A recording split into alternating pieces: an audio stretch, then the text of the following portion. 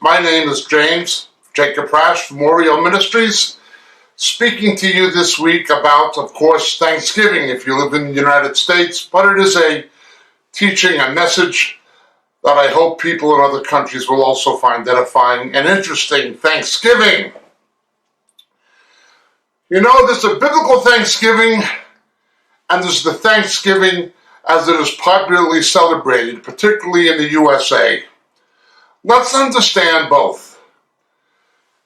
Thanksgiving was proclaimed a national holiday in the United States by Abraham Lincoln in the aftermath of the Battle of Gettysburg, the bloodiest, costliest battle in the history of the United States. 50,000 plus Americans were killed in the Battle of Gettysburg. And it was a decisive turning point in the Civil War. It came on the heels of the Battle of Vicksburg in the west of the theater of the war, west of the Appalachian Mountains, where the Mississippi River was now reopened following the Union victory at Vicksburg by Ulysses Simpson Grant, who Lincoln then appointed General-in-Chief over all Union forces from the north. That was in the west, but on the eastern side of the Appalachians, called the Army of the Potomac, as opposed to the Army of the Cumberland, the Army of the Potomac fought in the Eastern Theater. And for the second time, the Confederates under Robert E. Lee attempted to invade the North. The first time they attempted that was in the Battle of Antietam. That had the highest casualties in one day of any battle in American history.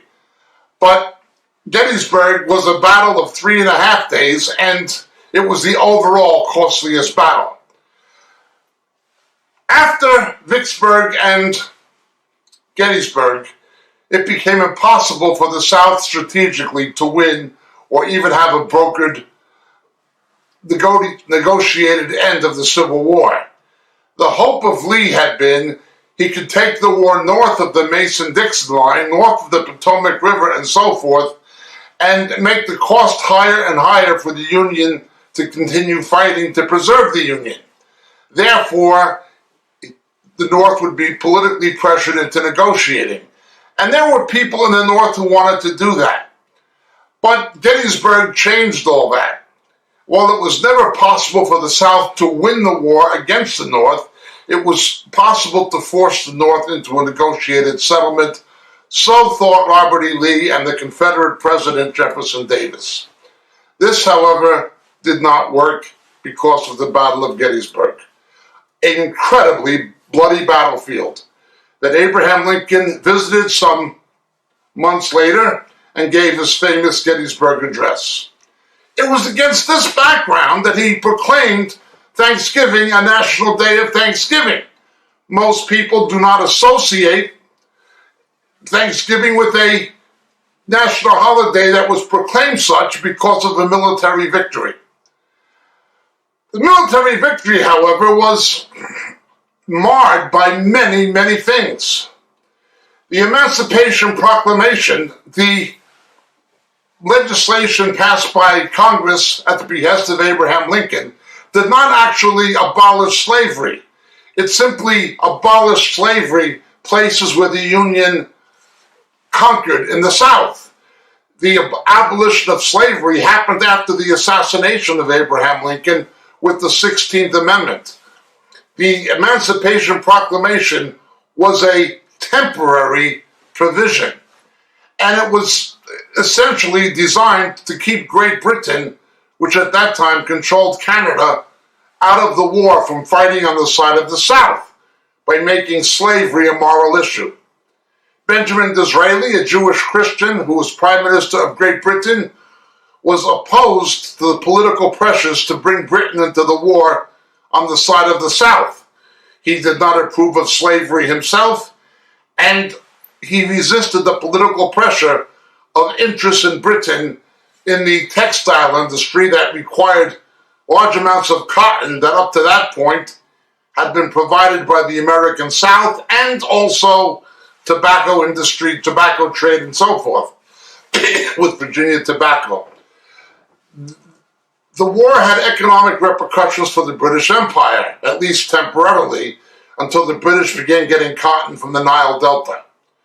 At that time, Egypt became, Anglo-Egyptian Sudan, and it was under British political control and economic control. There were alternative sources to get cotton and circumvent the problems presented by the blockading of southern ports by the Union Navy.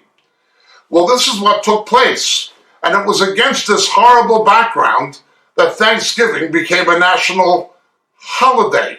It had to do with a military victory that made it impossible for the South to continue as a viable power and forced the North to the negotiating table.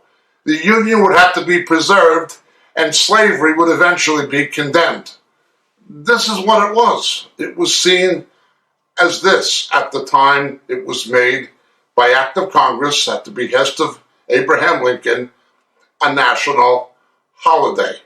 Now, most people have never thought of that or even heard of it. They simply would know at most that it was Abraham Lincoln who made it a national holiday. Well, we all know the story, or most people from America know the story of the so-called Pilgrims who came from Plymouth, England, and arrived at Plymouth Rock and Cape Cod in Massachusetts and established an English colony. This was not the first British colony. The first was Jamestown that was permanent. Others didn't survive, like Roanoke, and Jamestown hardly survived. Those were in Virginia and North Carolina in the days of Sir Walter Raleigh. The Indian from the local tribe who spoke English had been abducted as a slave from another tribe and taken to England. John Samoson, and he was the interpreter for the Pilgrims when they arrived, and of course the local Indians taught the Pilgrims how to plant maize and things like this that assured their survival after so many had died of hunger and exposure. It was a very brutal first year from 1620 to 1621. But this peace with the Indians was a military alliance. Before the Pilgrims arrived, probably 90% of that tribe, the local tribe who lived there, had been decimated by some kind of a disease. The Pilgrims went to the grain storages, virtually in the cemeteries, where the Indians were interred. The corpses were interred to find food to eat. They actually went grave scavenging to find food sustenance in burial grounds. This is how terrible it was. But the Narragansett Indians were the enemy of the local tribe. Long before the white man came to the United States, the Indian tribes were at war with each other, much like tribal Africa. Everyone knows what the white man did to the American Red Indian, to the Native American. Everybody knows what the European did to the black African. But somehow it becomes politically incorrect to tell the whole truth. What the Native American Indians did to each other, what the black Africans did to each other, etc., etc. What went on in China in the period of the Warring States, and so forth, long before the Boxer Rebellion. The evils and injustices of colonialism are what everyone frames in this age of people talking about being woke and intersectionality and endemic racism. Nobody wants to tell the entire historical truth about how we got to where we are from the inception.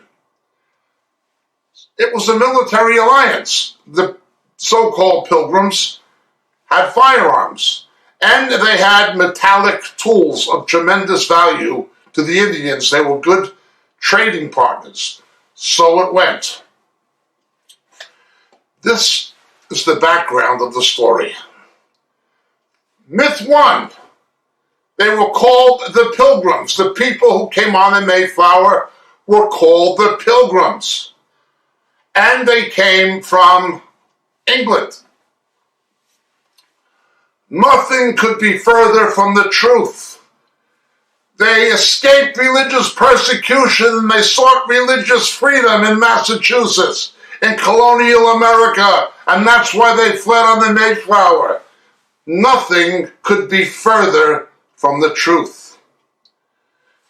To begin with, the Pilgrims did not call themselves pilgrims. They called themselves and were called by others separatists. Separatists. They were a nonconformist Puritan sect. There were two kinds of Puritans who believed the Protestant Reformation did not go far enough. There were those who were non-separatists who remained in the Church of England and sought to reform it from within. Among these would be the author William Gurnall, A Christian in Complete Armor. But then you had those who believed the Church of England was so defiled, it was irredeemable and you had to break away from it. These were the separatists. Now notice, this is the same kind of issue happening in England today. There are those who believed they could change the Church of England from within with charismatic renewal, and they failed miserably. And there are those who have just left the Church of England and sought fellowship elsewhere because they believe it has gone too far. But this is not a new problem, and it's not the first time this kind of a problem has emerged in ecclesiastical or British history. You cannot understand the present unless you understand the past, and you cannot understand the future unless you understand the past. The first thing we need, beyond prayer and understanding prophecy, is a correct interpretation and knowledge of history. We've said this many times. So the kinds of issues that were happening in Britain and America at the time we attribute to the Mayflower and the Pilgrims and Thanksgiving are very closely related to what we see now. In the aftermath of the Battle of Gettysburg, there were horrific riots in New York City particularly, and in other cities, but particularly New York, particularly Manhattan.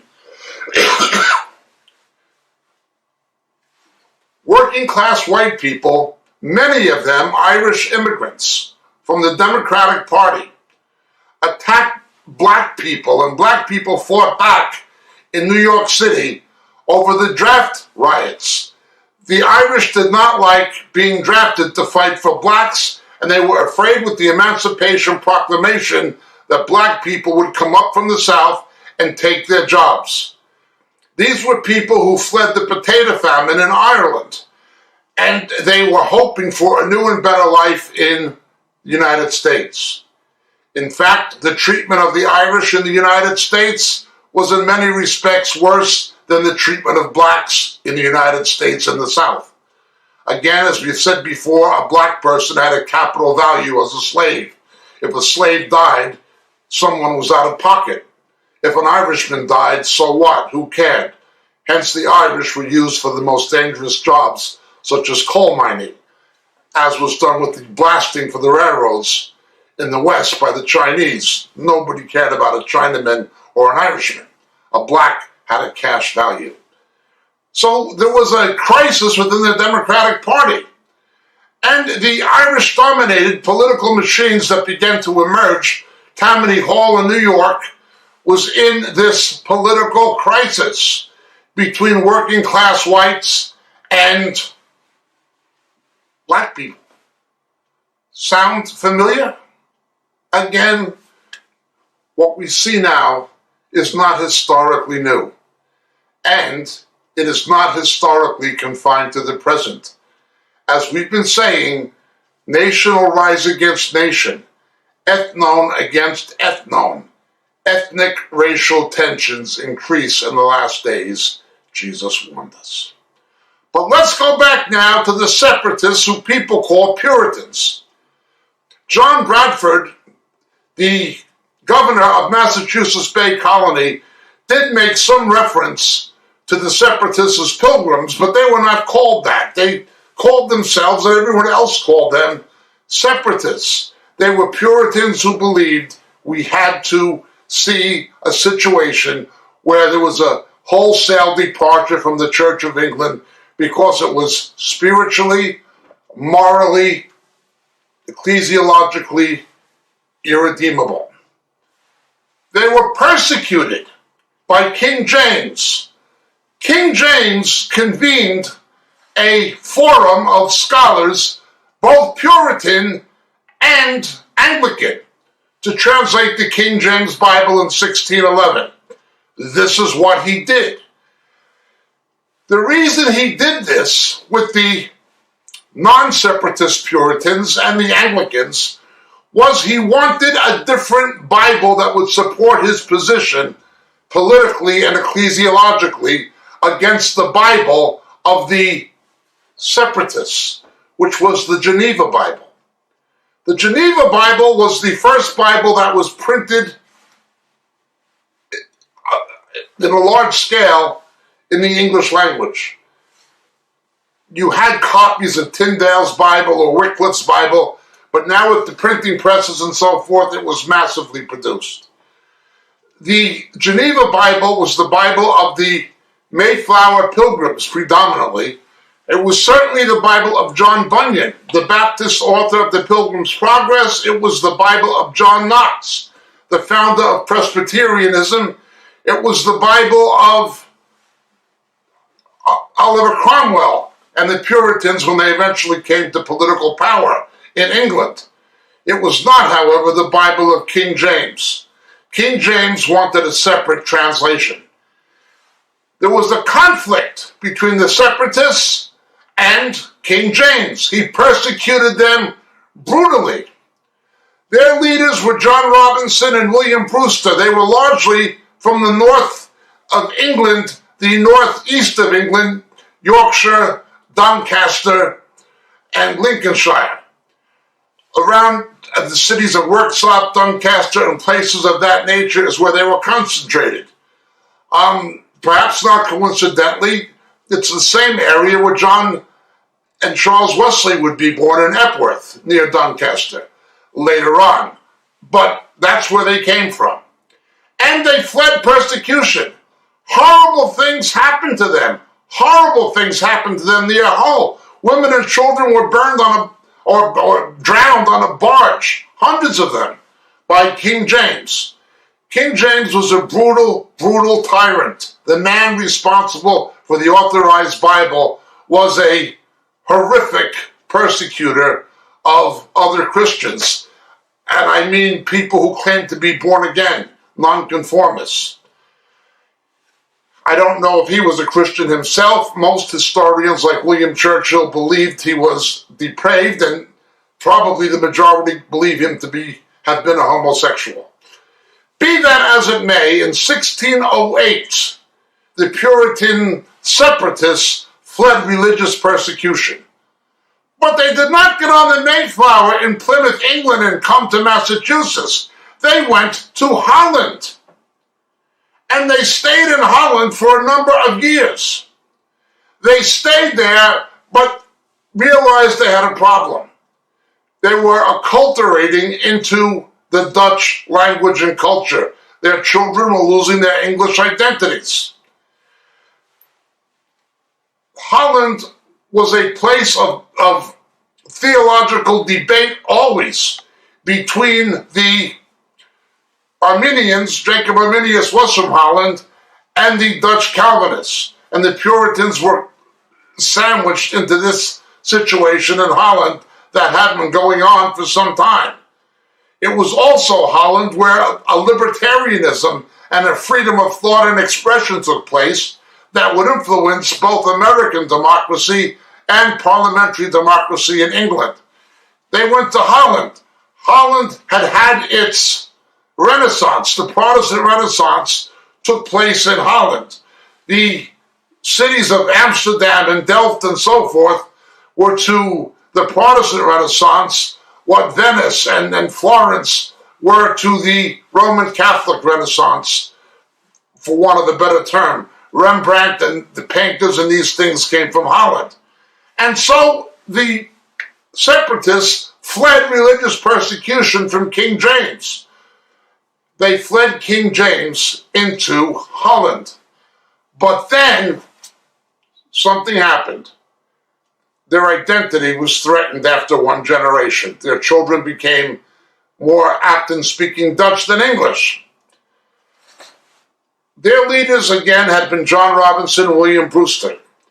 But they resolved to get ships, one called the Speedwell that never made it, the other the Mayflower, and came to an arrangement with the British Crown that they would have religious freedom and prospects of making a society and culture of their own if they emigrated to the North American colonies.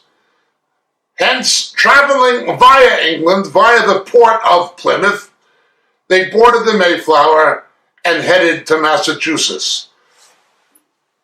When they fled religious persecution, it was not to Massachusetts. It was not from England. It was from England to Holland, not from England to Massachusetts. They already had escaped England long before that. This was the next generation almost, heading across the Atlantic with leaders like John Bradford and Miles Standish and so forth. And they come on the Mayflower to Massachusetts and arrive at Cape Cod, where the local Indian tribe had been decimated, perhaps 90% exterminated, by a disease, a plague of some description still not medically understood. They become trading partners, and because of the conflict between the Wanamagansett Indians who lived in the Cape Cod area and the Narragansett Indians, who were their rivals, an alliance was made that was in the interest of both parties. That is how it came about.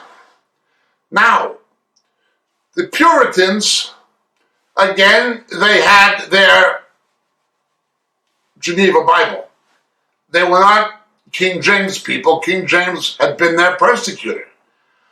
The Geneva Bible came, of course, from Geneva after the Marian exile, when Queen Mary I, the half-sister of Elizabeth, tried to re-Catholicize England in the aftermath of the Reformation. She martyred Ridley, Latimer, Hooper, Cranmer, people like this, the Oxford martyrs and so forth, all took place under Mary's reign of terror. She's colloquially known in England to this day as Bloody Mary. Those who fled to Calvin's Geneva, where they were influenced by Calvin's version of Protestantism, and there they developed their own English Bible called the Geneva Bible when they came back to England. That was, again, mass-produced. This was not the Bible of King James. This was the Bible of John Bunyan, the Bible of John Knox, the Bible of Cromwell, and the Bible primarily of the so-called Pilgrims, the Separatists. So you had two kinds of Puritans, the ones who stayed and the ones who separated. They come to Massachusetts into the situation I described. The Puritans actually did have an annual Thanksgiving time to the Lord, but it was not a day of feasting. It was a day of fasting and prayer. They were given to fasting and prayer. It was not a festal celebration as such, accompanied by elaborate dining. It was not that. They wouldn't have known anything about cranberries or turnips, and turkey would only have been one of many dishes. It was not like that. It was customary in all of English culture to have an autumn celebration that would have been a meal, but the religious celebration would have been characterized by fasting, not by eating. I would dare say that the Separatists, if they were to look at Thanksgiving today, not just the football games and the parade in New York City with the floats, but the excessive eating, they would have seen it as gluttonous debauchery. This goes on. About 10 years later, the mainstream Puritans arrive from England, and things begin to change. Eventually, the Puritans came to power in the 1650s in England under Cromwell, following the English Civil War. And again, there was a non-uniform situation. You had the extreme Calvinistic Puritans following the decapitation of Charles I and so forth, and they found their theology in John Owen, the chaplain to Cromwell. But then you had more moderate ones, championed by people like Richard Baxter and Joseph Aileen, the evangelist. The Puritans were not a uniform sect by any means, and there were other people still within the Church of England identified as Puritans by virtue of their theology, but not by virtue of their denomination. They were non-separatist Puritans. But Cromwell now comes to power. When Cromwell is in power, some things happen that are very ugly historically, that a lot of Calvinistic Christians wish to forget or overlook. The same as they wish to forget and overlook the atrocities perpetrated by Calvin himself, killing over 250 people by burning them alive in the name of Jesus Christ in Geneva. They don't like to talk about what happened when the English Puritan Calvinists and the Scottish Presbyterian Calvinists had a war, and the Puritans massacred their fellow Calvinists in a very, very ugly series of battles between England and Scotland. Notice that Protestantism and that Calvinism could not erase the divisions that had always existed between the Anglo-Saxons and the Celts. In Ireland, there was a history already of tension with England, going back to Henry VIII and to Elizabeth I. But some things happened when Cromwell invaded Ireland at a place called Drogheda, north of Dublin. And this introduced the plantation period, where the wealth of the righteous, the wealth of the wicked is stored up for the righteous. And so the Calvinists, the Puritans said, well, we're the righteous, we're the believers, you're Roman Catholic, you're the pagans, we're going to take your land, your houses, and your farms, and you're going to be our serfs. Because the wealth of the wicked is stored up for the righteous. Calvinism had no problem with the enslavement of black Africans. This actually also commenced in Holland.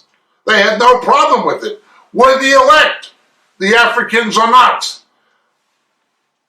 The Dutch Reformed Church in South Africa, through the apartheid era, came from this, but it of course stretched across the Atlantic with the Southern Baptists and the Southern Methodists, the Calvinistic denominations of the American South, who were pro-slavery, as opposed to the abolitionist ones of the North that were anti-slavery.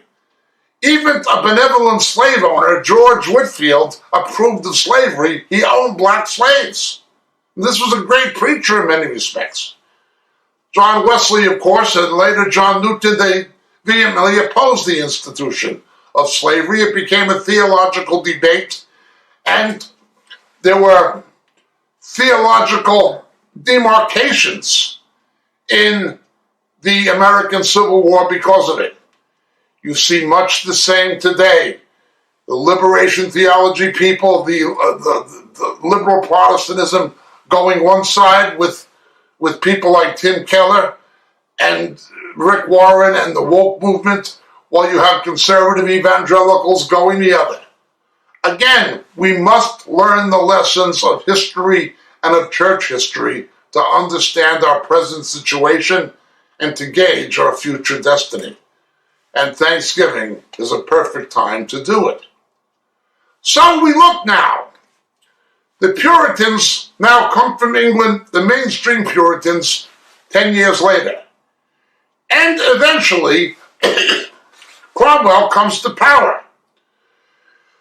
There were people in England who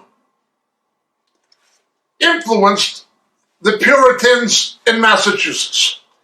In England under Cromwell, it was not only what went wrong with the wars in Ireland and Scotland, but it was what happened with the witch hunter general. the witch hunter general. It showed that Calvinistic Protestants were just as capable of conducting ugly, murderous inquisitions as the Roman Catholic Church and the Dominicans had done before the Reformation. They did the same thing. People were, of course, criminally convicted, most of them women, not all of them, many of them defenseless old women, on the basis of spectral evidence. If you want to talk about hyper-charismatic lunacy, oh, the Lord showed me Mary Jones was a witch. Yes, I had a dream and the Lord showed me Mary Jones was a witch.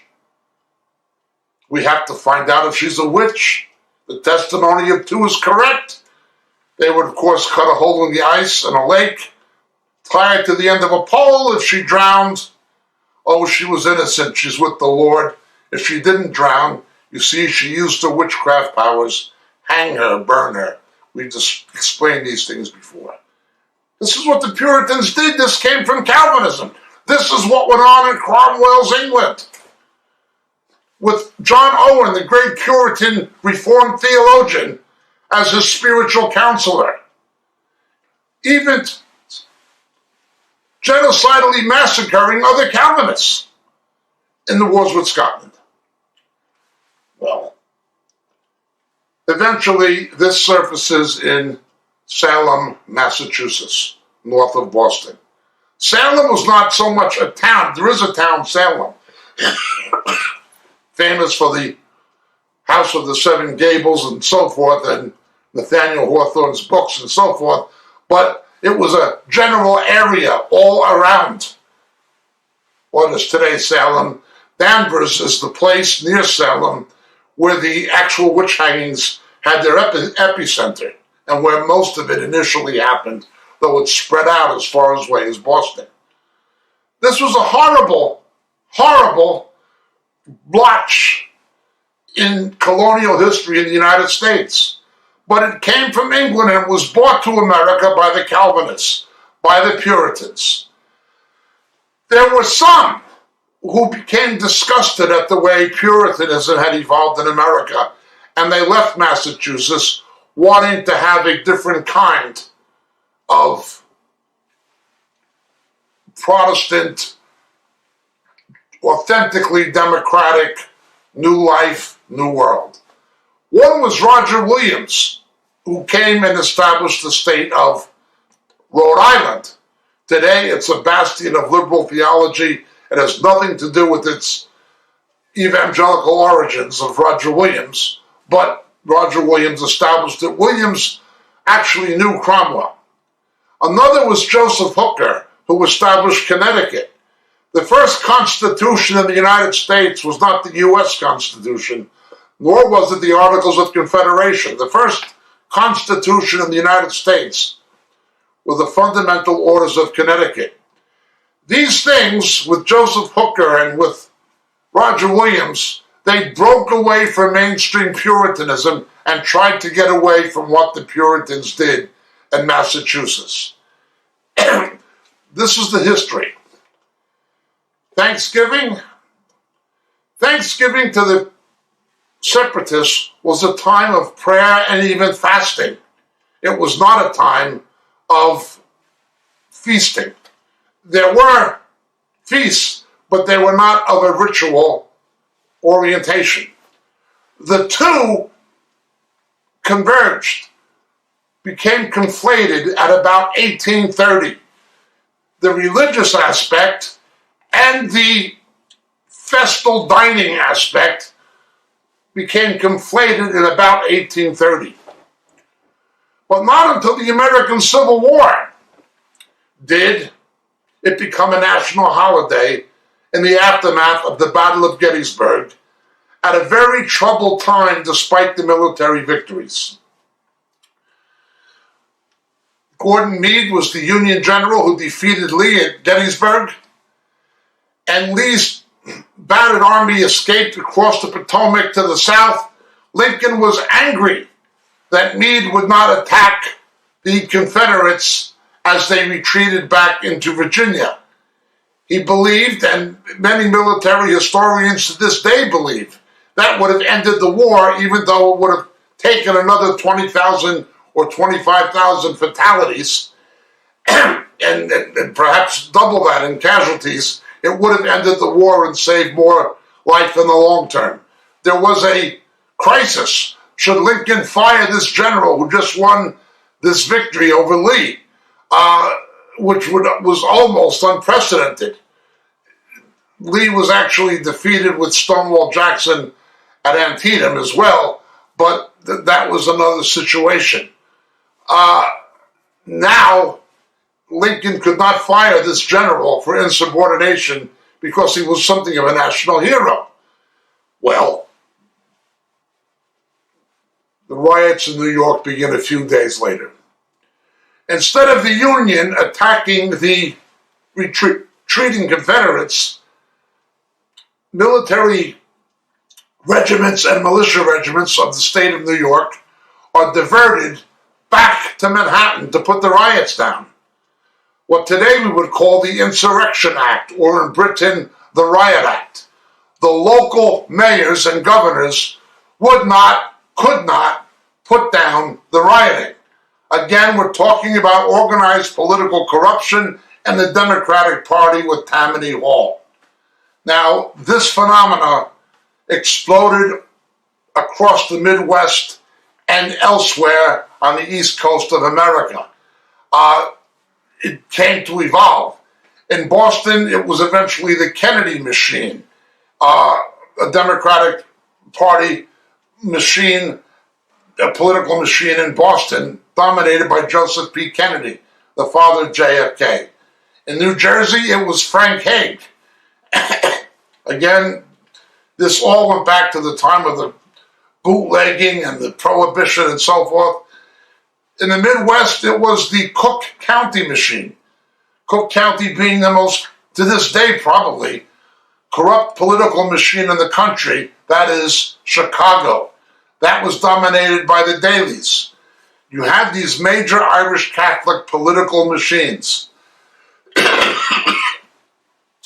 But Tammany Hall was the flagship one in New York. You had governors and mayors who wouldn't put down the rioting. They were caught in a political quagmire, so the federal government stepped in. Sound familiar? It's what we're facing today, prospectively. No, Thanksgiving is not what most people think. It has little to do with the historical realities from which it derives. The idea of giving thanks to God, well, that's a good idea. But the way Thanksgiving came to evolve, the separatists, the so-called pilgrims, would have seen it again as a gluttonous fiasco. When they celebrated thanking God for his provision, they fasted. They didn't overindulgently eat. This is the reality. They were not even called pilgrims. They were called separatists. They did not flee religious persecution in England. They fled acculturation in Holland. The fleeing from King James happened earlier, and they fled to Holland, not to Massachusetts. Voltaire was not a Christian, he was anti-Christian. And on his deathbed, he knew he was going to hell because he said that Christianity would be dead in 100 years, and 100 years later, the very house he said it in France was being used to print Bibles.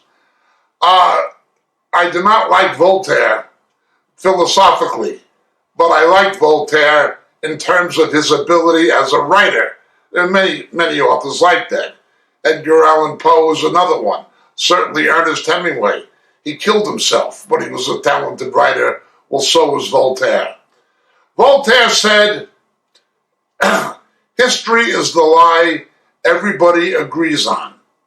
Well, I suppose he's right. Thanksgiving seems to be something of a lie that everybody agrees on. It is mythologized. It is myth. It is not simply embellished. It is largely fabricated. Most of it has no relationship to what actually historically transpired, going back to the Battle of Gettysburg, going back to the separatists, going back to the origins of Puritan thought and theology. No one really understands the genesis of it except for a handful of Christians and perhaps some secular academics. Most people don't know what it was. I'm not speaking against it. I like the idea of families getting together and praying and saying grace and thanking God for his goodness. When I was a little boy in New York, I went to the Thanksgiving Day parade, and I understand how people like the football games and things like this. But it's not what they teach people on a popular level, even in school. It was not like that. It is all essentially mythologized. It's not real. Well, let's look at the real Thanksgiving. I did a teaching on this subject some years ago in Arizona in the United States. Let's just revisit it briefly. God's idea of Thanksgiving, also celebrated in the autumn time. Look with me, please, to the book of Leviticus, chapter 23.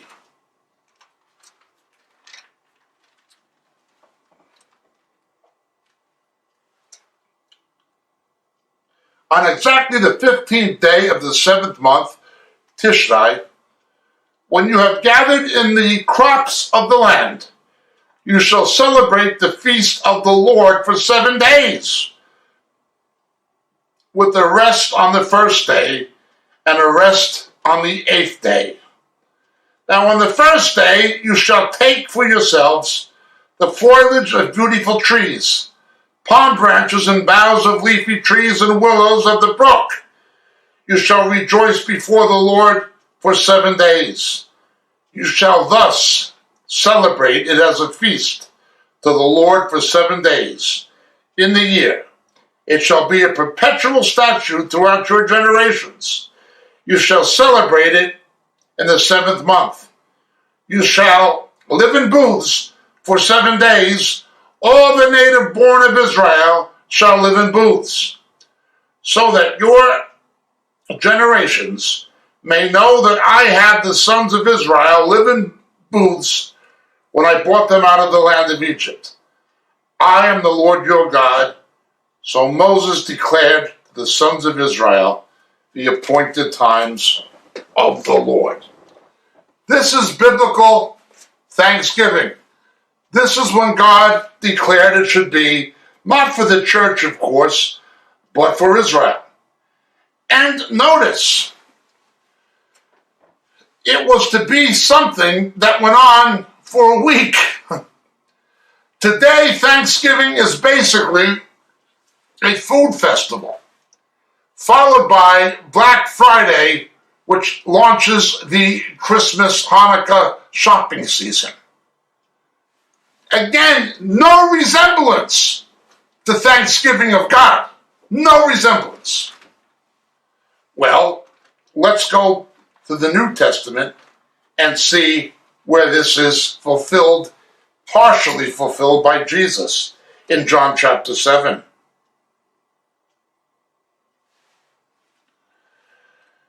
After these things, verse 1, Jesus was walking in Galilee, and he was unwilling to walk in Judea because the Jews were seeking to kill him. Now, the Jews, of course, meant the Judeans, the religious establishment controlled by the Sanhedrin. Now, the feast of the Jews, the feast of booths, Hag Sukkot, it's called in Hebrew, was near. Therefore, his brothers went to him. Remember, in Leviticus 23, it had to be celebrated by families. It was a family time. Leave here and go into Judea, so that your disciples may see your works, which you are doing. For no one does anything in secret when he himself seeks to be known publicly. If you do these things, if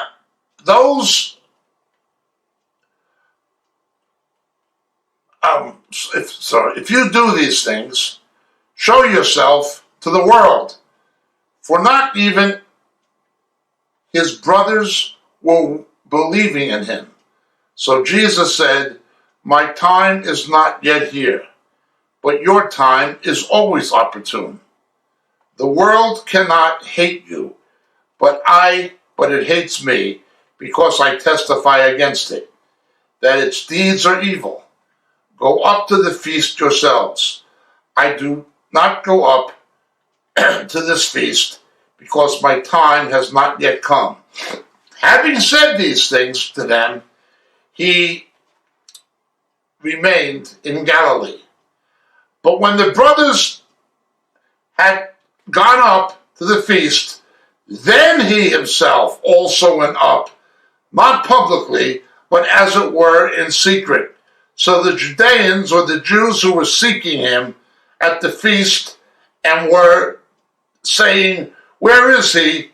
There was much grumbling about the crowds contending about him. Some were saying, he's a good man. Others saying, no, on the contrary, he leads the people astray. Yet no one was speaking openly of him for fear of the Jews, that is, the religious establishment. Now this passage says nobody was speaking of him publicly for fear of the Jews. Understand, again, something we always point out, the Greek word Judeoi. They were all Jews. It was not because of the ethnic Jews, because of the religious establishment. They were all Jewish. The Jews were afraid of the Jews. No, the common people, the Am Haaretz, were afraid of the Sanhedrin, and to a degree of the Pharisees and Sadducees. Well, let's look now further. Again, it was a family time. Families were to celebrate this. Families. This is important. Today in our Western American Thanksgiving, Thanksgiving is a family time. It almost tries to imitate the biblical Thanksgiving, the Feast of Tabernacles, the Feast of Booths, Hag Sukkot. Tries to imitate it. And Jesus says, I'm not going. He's not going with his family. We'd like to invite you to Thanksgiving dinner. No, I'm not coming. My time is not yet. He does show up, but he maintains a very low profile. Now, the reasons for this are explained and developed further in the chapter, with something called the Simcha Bet Shoivah and the pouring out of the living waters and so forth, and the ritual parade and procession, which the contemporary archaeology in the city of David in Jerusalem verifies the New Testament, as well as the accounts of Josephus and of the Mishnah like a glove. It's the very festal stairway, taking the living water, the Maim Hayim, from the pool of Siloam up to the Temple Mount on this stairway. It's fully excavated. You can see exactly what the New Testament explains or portrays, and it's complemented by both Josephus and the Mishnah. Nonetheless, that's a separate story. This is Jesus. He's there, but he's secretly there. People don't see him. Well, Jesus is here, but he's secretly there. People don't see him. They will see him one day at a feast, but most of them won't be invited. The ultimate messianic fulfillment, the ultimate Thanksgiving, is when Christ returns and sets up his kingdom. Yes, it was because of the victory at Gettysburg, following the victory at Vicksburg, that Abraham Lincoln proclaimed Thanksgiving to be a national holiday. But let's look at the final fulfillment of the Feast of Tabernacles, God's Thanksgiving. It'll also be in the aftermath of another battle, the battle in the valley of Jehoshaphat, when the Lord will return in Zechariah chapters 13 and set up his messianic kingdom. In chapter 14, it'll come about that any who are left of the nations that went against Jerusalem will go up year to year to worship the King, the Lord of hosts, and celebrate the Feast of Booths. The Feast of Booths will be celebrated in Jerusalem in the millennial reign of Christ. And we've related this to the Transfiguration, why Peter wanted to build 3 booths, etc., on other of our recorded teachings. Much more to it than we're touching on today. But look what God told the Hebrews. You are to remember God's provision for you in the wilderness, how he took care of you when you were sojourning to the promised land. Our Thanksgiving should be the same. We're not celebrating what we have. We're looking forward to what we're going to get. We are remembering God's goodness and his provision to us, but our eyes are on the future. There will be a coming Thanksgiving feast in Jerusalem. Well, let's look. In the meantime, we're just thanking God for taking care of us in this world as sojourners. But notice, in Leviticus, it had to be your siblings, your family with you.